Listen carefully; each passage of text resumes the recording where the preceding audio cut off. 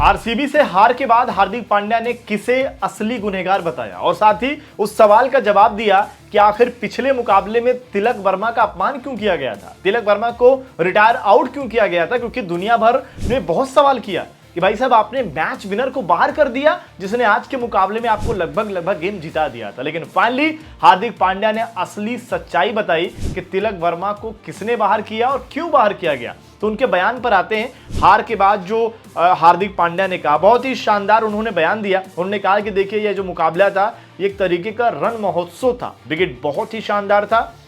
मैं खुद से यही बात कर रहा था कि हम फिर से 2 शॉट्स पीछे रह गए, कहने के लिए ज्यादा कुछ नहीं है। जिस तरह का विकेट था उसमें गेंदबाजों के पास छिपने की ज्यादा जगह नहीं थी। सब कुछ एग्जीक्यूशन पर निर्भर करता है। आप बल्लेबाजों को रोक सकते हैं लेकिन मैं गेंदबाजों पर सख्त नहीं होना चाहता। यह मुश्किल विकेट थी, हमारे पास ज्यादा विकल्प नहीं थे। हमारी टीम का जो असली ढांचा है उसमें नमन हमेशा निचले क्रम में बल्लेबाजी करता रहा है। पिछला मैच ऐसा था जिसमें रोहित उपलब्ध नहीं थे, इसलिए किसी को ऊपर भेजना पड़ा और नमन जैसे खिलाड़ी के पास वो बहुआयामी खेल है कि वो ऊपर भी खेल सकता है और डेथ ओवर्स में भी। जब रो वापस आ गए तो हमें पता था कि नमन को नीचे आना पड़ेगा। तिलक शानदार था।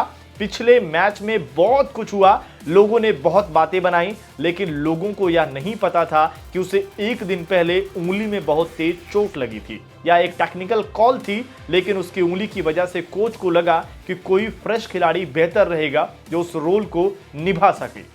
आज उसने बहुत अच्छा किया। ऐसे मैचों में पावर प्ले बहुत इंपॉर्टेंट होते हैं। कुछ ओवर्स हम बीच में नहीं निकाल पाए, वहीं से हम पीछा करते हुए पीछे रह गए। अंत के ओवर्स में एग्जीक्यूशन पर मामला आ जाता है, हम उन गेंदों को सही से नहीं खेल पाए। यानी कि साफ तौर पर हार्दिक पांड्या ने यह बता दिया कि जो वजह थी, चोट लगी थी तिलक वर्मा को, इसलिए पिछले मुकाबले में रिटायर आउट किया गया और बहुत सारी बातें कही। लेकिन उसके अलावा उन्होंने जो मैच का असली गुनहगार इसी बातों में बता दिया कि जो पावर प्ले था वहां पर हम चूक गए। पावर प्ले में खेलता कौन है? रोहित शर्मा, और जिस अंदाज में आउट हो गए और विल जैक्स ने भी स्लो पारी खेली।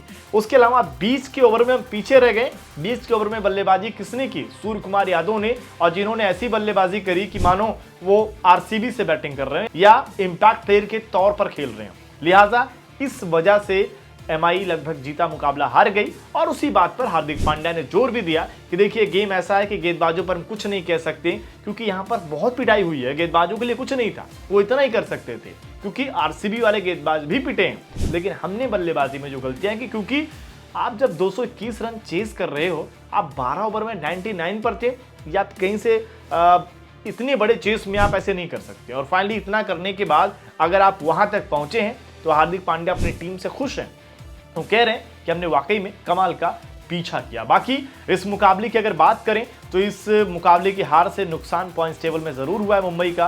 5 मुकाबले 4 हार 1 जीत, बहुत मुश्किल है प्लेऑफ की रेस यहां से। लेकिन आरसीबी की तो बल्ले बल्ले 4 मुकाबले 3 जीत, और लग रहा है कि इस बार आरसीबी जो है अलग ही आरसीबी इस बार आईपीएल में आई है। आपको क्या लगता है कि यहां से पलड़ा पलटेगा, या आपको लगता है कि नहीं इस बार आरसीबी जो है वो कुछ अलग ही इरादे से आई है? कमेंट करके अपनी राय जरूर दें। स्पोर्ट्स नाउ पर अगर आप नए हैं तो चैनल को सब्सक्राइब जरूर कर लें।